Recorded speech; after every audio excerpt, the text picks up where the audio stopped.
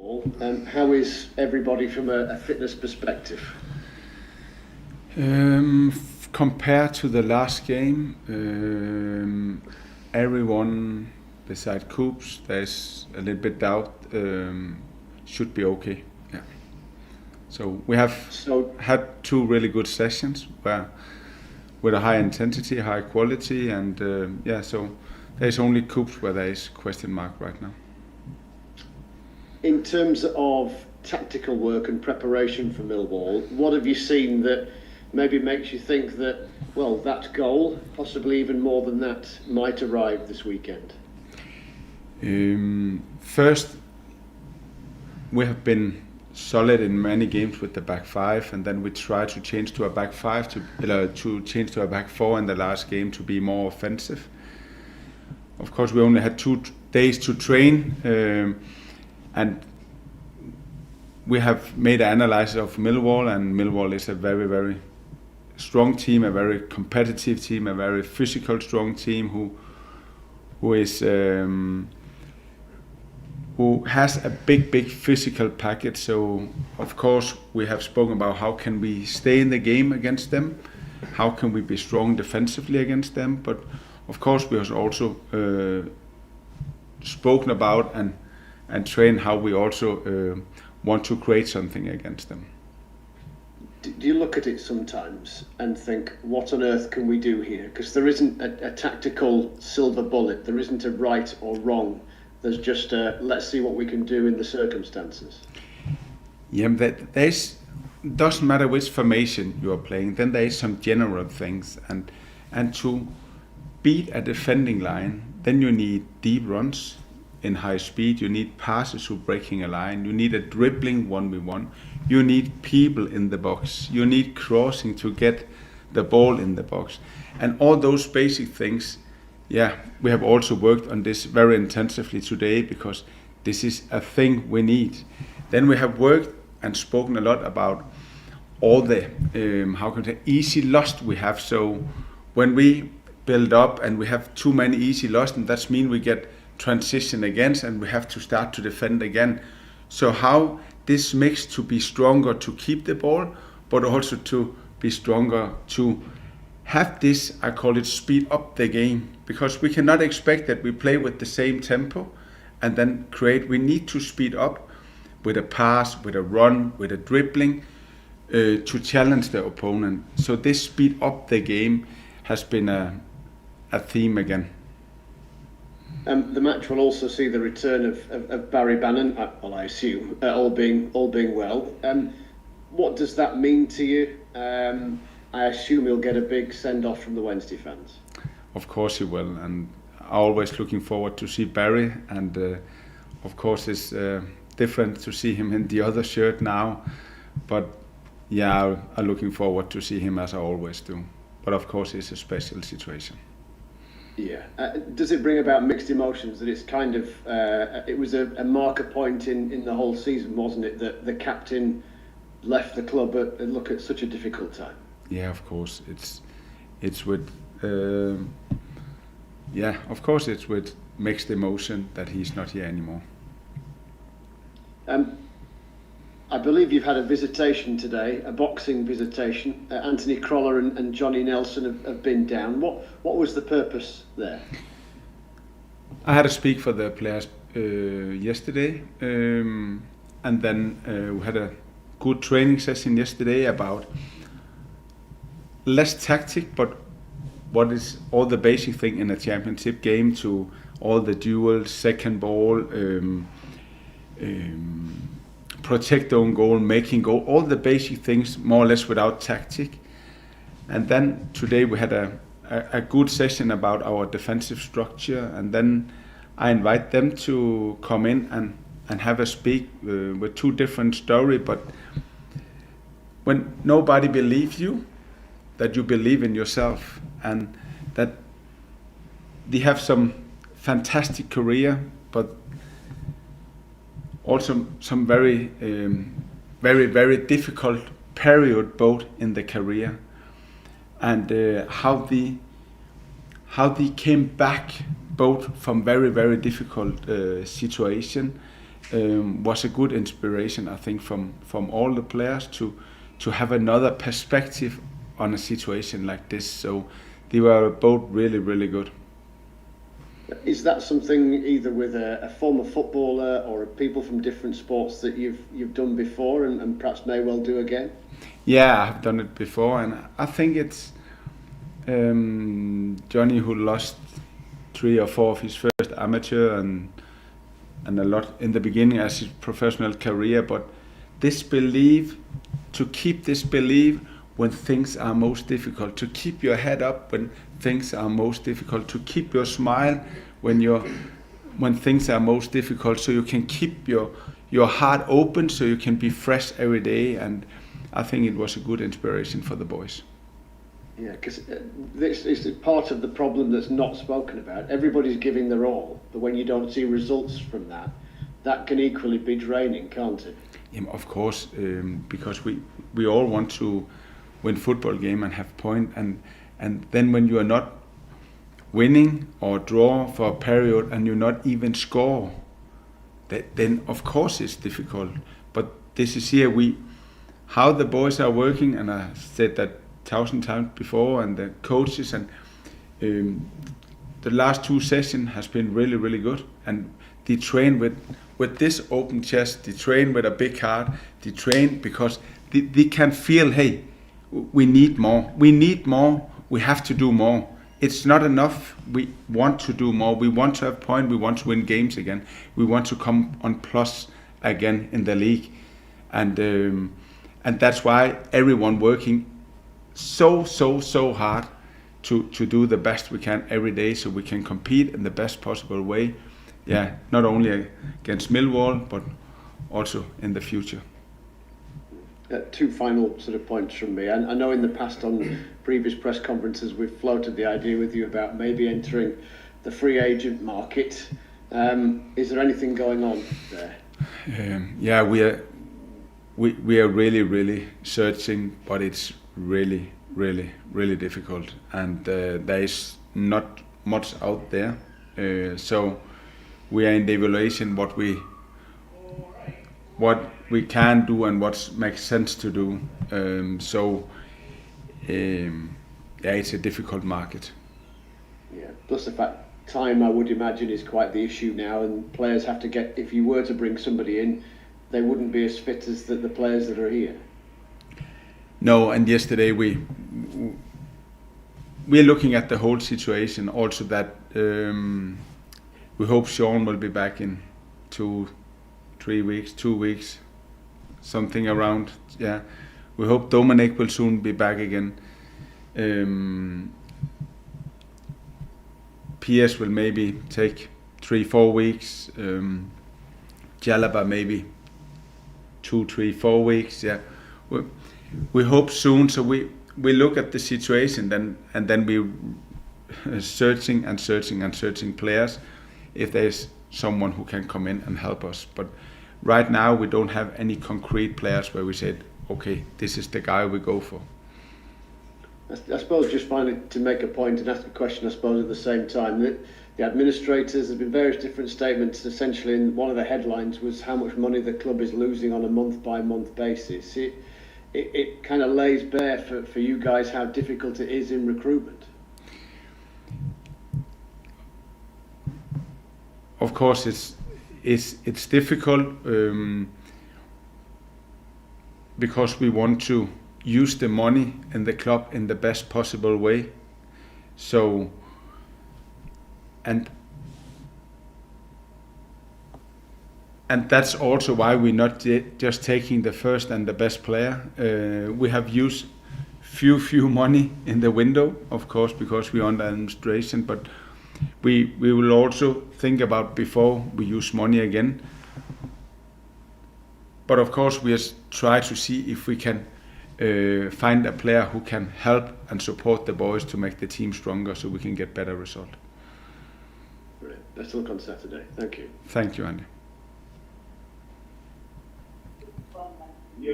Henrik, good afternoon. How are you doing? Good afternoon. I'm fine, thank you. Good stuff. I'm in a shared working space today, so if there's a bit of noise in the background, you have my apologies. So Touching on something you said there, it's interesting that Johnny and Anthony have been in.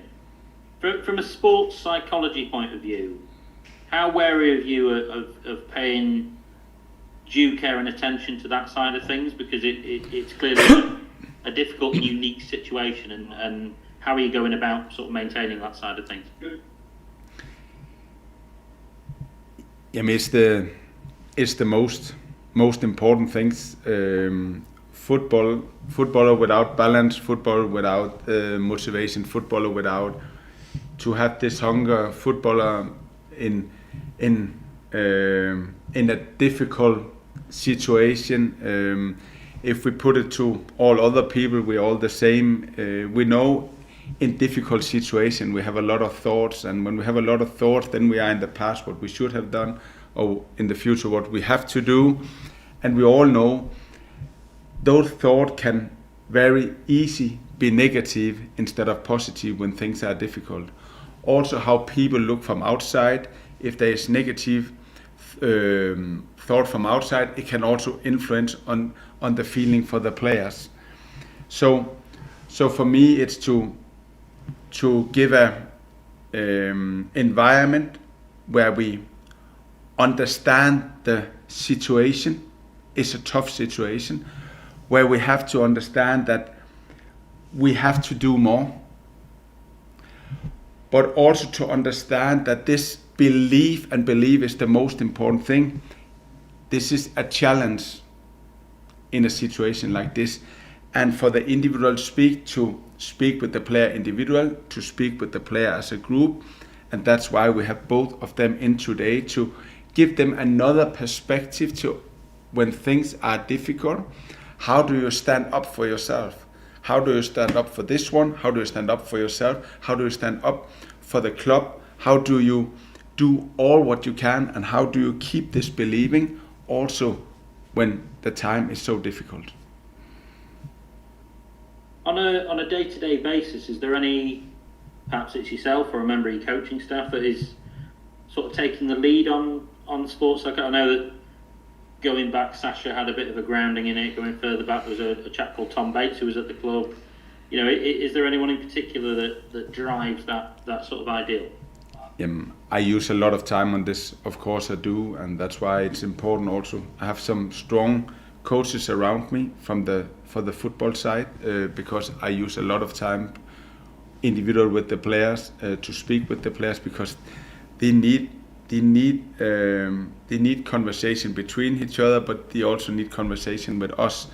Pete is doing Pete Saltwood using time, Giles using time, so we all try to help each other to keep the players fresh in mind, and to create more hunger every day. We want to do more, we want to make higher standard, because we want to come back on the board where we get point again. So everything what we are doing is with this mindset that we want more, we want to create better results, we want to create more chances, all those things. And also here I've said it before, the human always comes first, and that's why we're working so much with the human. That's why the two guys also was in today to give another perspective from another sport, and it was really interesting. Yeah, very interesting. I wondered, with all the weather and that sort of thing, and perhaps the timing of some of the press conferences, what's the situation with the training ground? Are you spending some time training at the stadium and that sort of thing? Yeah, the bottom pitch we couldn't use at all, and there was some small areas on the top pitch today, but we want to play 11v11 today. We have to prepare a game. We have to do everything to be top prepared for the game on Saturday, and that's why we were in the stadium today. And Is there a benefit to that? Feel free to laugh at me on this, but some of the younger lads that haven't played that much football in a proper stadium, do you see what I'm saying? A lot of their experience in the 21s will have been at training grounds and that sort of thing. Is there actually a silver lining to that, in that the stands might be empty, maybe I'm reaching here, but the stands might be empty, and there is a mental benefit to it. There is for sure a football benefit because we have a much better pitch in the stadium than we have on the training ground. So it's a good pitch to train on, and the boys also like to train there. So, and then of course for few of the young guys, there's not many young guys who has not played there. So there's some few guys still who has not played there, but of course they also like to train there, and this is good for them. I know you just about touched on this with Andy, but I'm interested in what you said about the formation stuff. Can we expect a perseverance with the back four? Does that need some more time?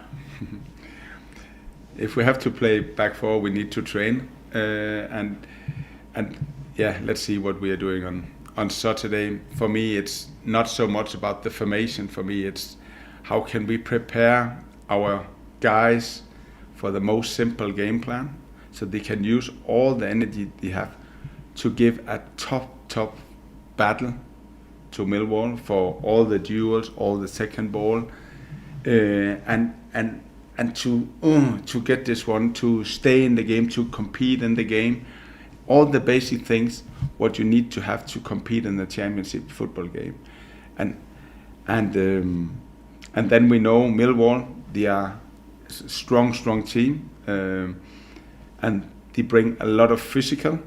So the second ball game, of course, all the duels in the air, all the second ball, it will be amazing theme. But we also know that all the crossing is number one for a number of crossing in the league. So that will, how can we stop crossing? But how can we also be very active and very tough when the crossing are coming? And then the next thing is, of course, when we are winning the ball, how do we step up here so we're going to be better? So we create more when we're winning the ball and also reduce the number of easy lost. When we have good moment, we get transition. We have too many easy lost where we get then transition against us. So this balance to play more simple but also risk, so we start to create something. On injuries then, you touched on a few of them with Gids. I know with Dish there was some chat, I think we last spoke about him a couple of months ago, maybe around March time. Are we expecting to see him this season or not? I don't know. He had a little setback yesterday and we have to see what does that mean. So I think in 1, 2, 3 days then we know more. For him, he was in a good development, but there was a little setback yesterday, but I cannot say it's a small thing or what it is. Okay. On the other players you haven't mentioned, Ernie out for the season, or is there any chance of seeing him? No, I don't. I think he will be fit in middle of April. So yeah. So I don't think we will see him, sadly. Yeah. Where's Max at? Does that sort of sit where it was in terms of the last few games, or? Yeah, Max got his setback in January, so I think we are still 6 weeks away from to see him again. Yeah, and I think George is the last one to sort of take care of. George will be second or third week of March if everything is top. Yeah. Yeah. Okay. But it's they are working so hard, those boys, because they have so big hunger to come back and support the other boys. So they are frustrated and motivated at the same time, because for them it's also awful to stay on the sideline instead of to help, support, and do everything that we get some better result. Yeah, makes sense. In terms of the free agents, a point of clarity, what's the crack with Zane Silcott-Dewberry? We have invited him yesterday, today and tomorrow, and then we will make an evaluation for what could happen for the future. And on that, is he a free agent then? Was his contract cancelled before the end of the transfer window? Is he a possibility to sign in the here and now? my information is he's a free agent, yeah, and we can sign him if we want, yeah. Yeah, okay. On that front, we saw with Nathan and Duncan and now Zane, I guess, that the players have been invited in. Have you got plans to bring any more players to the training ground to have a closer look at them?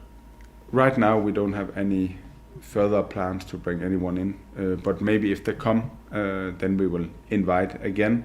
So we had a better perspective when we see them live in our training instead of just to see video, and video that is 1 month, 2 months, 3 months old. Then I think it's a good thing to invite them. Yeah, and how wide is the net? Those 3 players are English players of a certain profile. Is it perhaps the case that you're looking beyond that profile? Would you go to Europe and around the world? Is that an option? We are looking in the American market. We are looking in the European market. We are looking all over, because there is so few players out there right now, so we need to look all over if we want to have a new player in. And lastly, I wanted to ask about, we spoke a bit about Joel in Swansea, didn't we? In terms of Theo, there were some really bright moments, there were some more difficult moments on his debut. What do you see in him now? You've seen him in a game, you've seen him more in training. What sort of journey does he have to go on and learn along the way? For which of them first? For Theo. Theo, I see a really, really good dynamic body with a strong body. I see a young guy that really like to go forward, and I see a young guy who need tactical development, but he's a very hungry guy to learn. Today we have worked a lot with his how he has to press his 1v1, how he has to protect own goal by second post, how his position are tactically when the ball is opposite. So we have worked with him for a lot of basic things, because this is one of his big development area, and he has seen video of his own performance. Now we speak about Millwall, and then we try to prepare him like we try to prepare Reece for the same position, and the same for Joel. I think Joel has a very good first game for us, and now he has a chance also to train a little bit more with the team, and looking forward to see him in the next game too. Great stuff. Henrik, thanks for your time. Thank you. Afternoon, Henrik. Hey, Stuart. I just wanted to ask, with regards to bringing the boxers in. I mean, even for a team that's doing well, but especially for a team that's not, how important is it to just have a different voice and a different perspective at this time of the season? I think it's very, very healthy, and I think we can always learn from each other. There is some basic things they're going through. Doesn't matter what we are doing in life. How is our behavior? How is our emotion? How is our thought? How is our belief when we have difficult period? And here I always think we can learn from each other and learn from good stories from boys like them. You talk a lot about the human side of footballers. How concerned have you been this season about the possible mental damage of this season, having it particularly on your young players, but all of your players?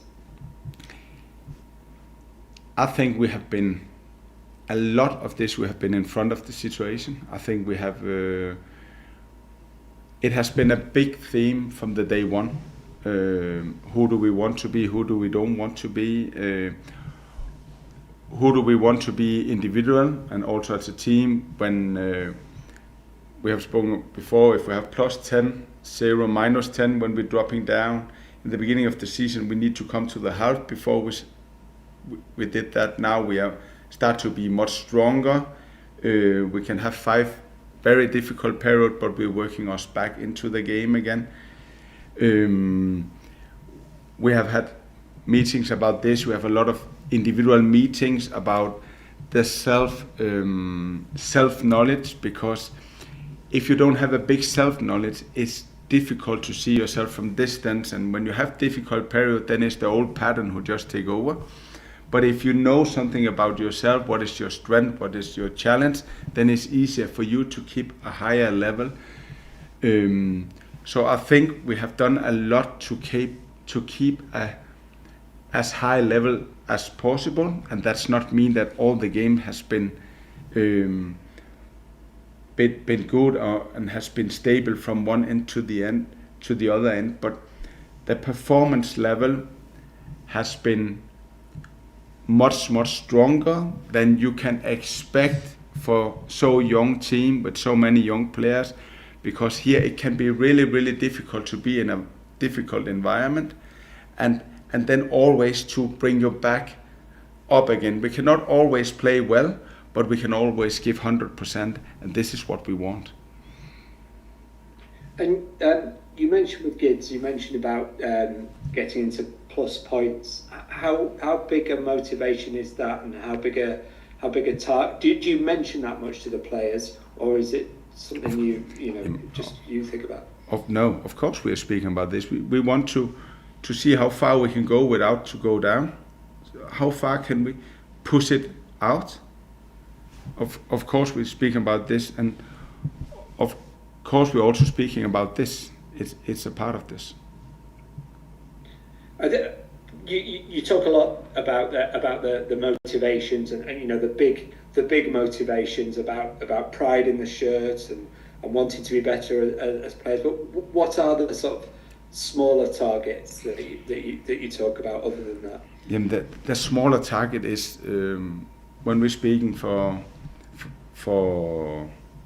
Jayden. How many interceptions do you have? How many tacklings are you winning? How many concrete behavior where we need, if he do this a lot, he will play a good game. Then he can play a good game in the championship. So concrete is to put numbers on the performance of each of them. And that's why the young players all get individual feedback after the game, after training, because we want to see this progression for each of them. And we know if Gap, now it's a tough game against Millwall, but we count his duels with the head. How many of his duels will he win against the striker for Millwall? How many times when the ball is crossing, he has a duel, will he win this duel or lose this duel?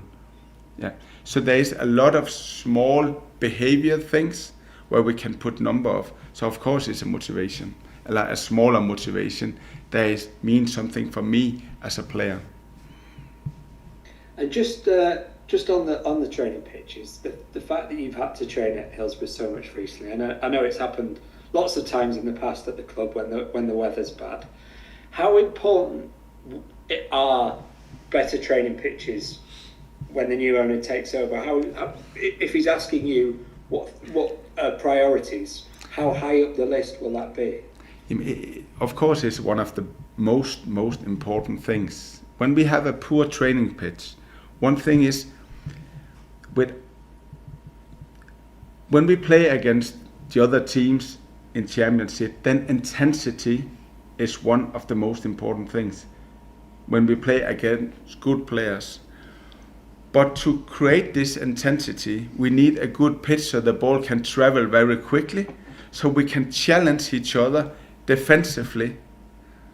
But it is also an important thing offensively that we can challenge, that we can move the ball so quick that we challenge the brain and not only the technique. It goes slow because we cannot play quick on the training pitch. So to challenge the intensity defensively, offensively, you need a top pitch. And if you don't have this, it's difficult to get this. Then you get more tackles, you get, but you don't get this intensity you need to compete in the game. So that's why it's a very important part. But that's why we also go to Hillsborough, where we have a really good pitch. But I guess it's difficult because you probably don't want to use Hillsborough too much because it'll damage the pitch for the match days. Yeah, and we had been, I don't know, 5, 6, 7 days, 4, 5, 6 days, I can't remember. But where if we have went to Hillsborough, the consequence will be too big to kill the pitch. And we don't want this. So it's always a balance. Today where it was okay dry, then it was okay to go there. And it was also necessary to go there, otherwise we could have not trained today with any quality. And how big a factor do you think the quality of the pitches has been in the injuries you've had this season? I don't know. I cannot say something about this. Fair enough. Right, well, thank you very much for your time, Henrik. Good luck at the Thank you, weekend. Stuart. Thank you. Thank you. Thanks a lot. Cheers. Thanks, guys. Thank you.